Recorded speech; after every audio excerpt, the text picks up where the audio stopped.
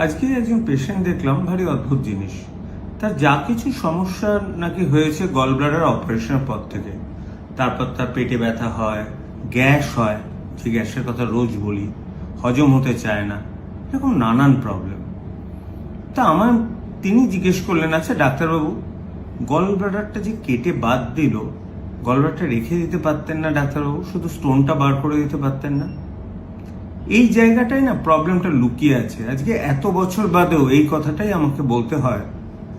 আমাদের গল স্টোন হয় কি করে হয় বলুন তো? আমাদের লিভার থেকে যে কোলেস্টেরল বা বাইলের মাধ্যমে আসে, সেটা ডিপোজিটেড হয় গল ব্লাডারে, অনেক সময় কোলেস্টেরল স্টোন তৈরি করে। তা গল ব্লাডার কি হিসেবে কাজ করে? একটা স্টোরেজ জাংশন। অর্থাৎ যখন খাবার আসবে তখন গল ব্লাডারটা কন্ট্রাক্ট করে বাইল অর্থাৎ পিত্তটা আমাদের পিত্তনালীর মাধ্যমে খাদ্যের সাথে মিশিয়ে দেয়, যাতে হজমে হেল্প করে। তা নিঃসন্দেহে আমাদের পিত্ত থলিটা অর্থাৎ গল ব্লাডারটা পুরোটা কেটে বাদ দিতে হয়, যাতে ভবিষ্যতে ওখানে স্টোন না হয়। কারণ স্টোন তৈরি হয় কিন্তু গল ব্লাডার আছে বলে, গল ব্লাডার না থাকলে কিন্তু স্টোন তৈরি হতো না। তাহলে গল ব্লাডার যাদের কাটা পড়ে যায়, ধরুন স্টোনের জন্য বা অন্য কারোর জন্য, তাদের কি হয়? বডি অ্যাডজাস্ট করে কি করে? 99%-এর পরবর্তী ক্ষেত্রে কোনো অসুবিধাই হয় না ইমিডিয়েটলি পর থেকে।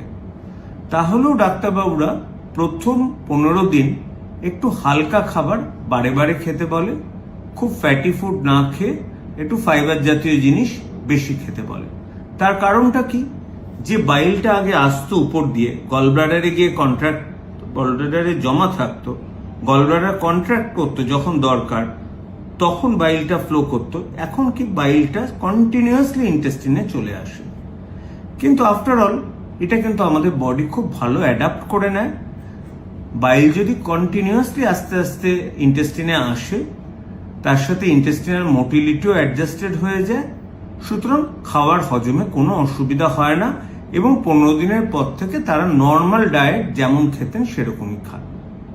আর অনেক সময় সিস্টিক ডাক্ট মানে গল ব্লাডারের যে একদম নালীটা, ওইখানে একটা স্টাম্প থাকে, ওই অংশটাও একটু পরে ফুলে ওঠে, অনেক সময় গল ব্লাডারের কাজ নেয়। আফটার অল গল ব্লাডার অপারেশনের পর বডিতে যে চেঞ্জ হয় বাইল ফ্লো নিয়ে, যে লিভার থেকে পিত্তটা সরাসরি ইন্টেস্টিনে চলে যায়, তার জন্য আমাদের খাবার হজমে কোনো পার্শ্ব প্রতিক্রিয়া হয় না প্রথম 15-20 দিন বাদ দিয়ে। কিন্তু লোকের মাথায় না কিছু একটা ঢুকে গেলে সেটা বার করা ভীষণ মুশকিল, গ্যাসের মতোই বলতে পারেন। সুতরাং যা কিছু সমস্যা হোক না কেন, ওই গল ব্লাডার সমস্যার উপরই তারা ফোকাস করে। সুতরাং এটা নিশ্চিন্তে থাকুন, গল ব্লাডার অপারেশনের পর আপনার হজমি শক্তি নর্মাল থাকে, শুধু প্রথম 15 দিন বাদ দিয়ে।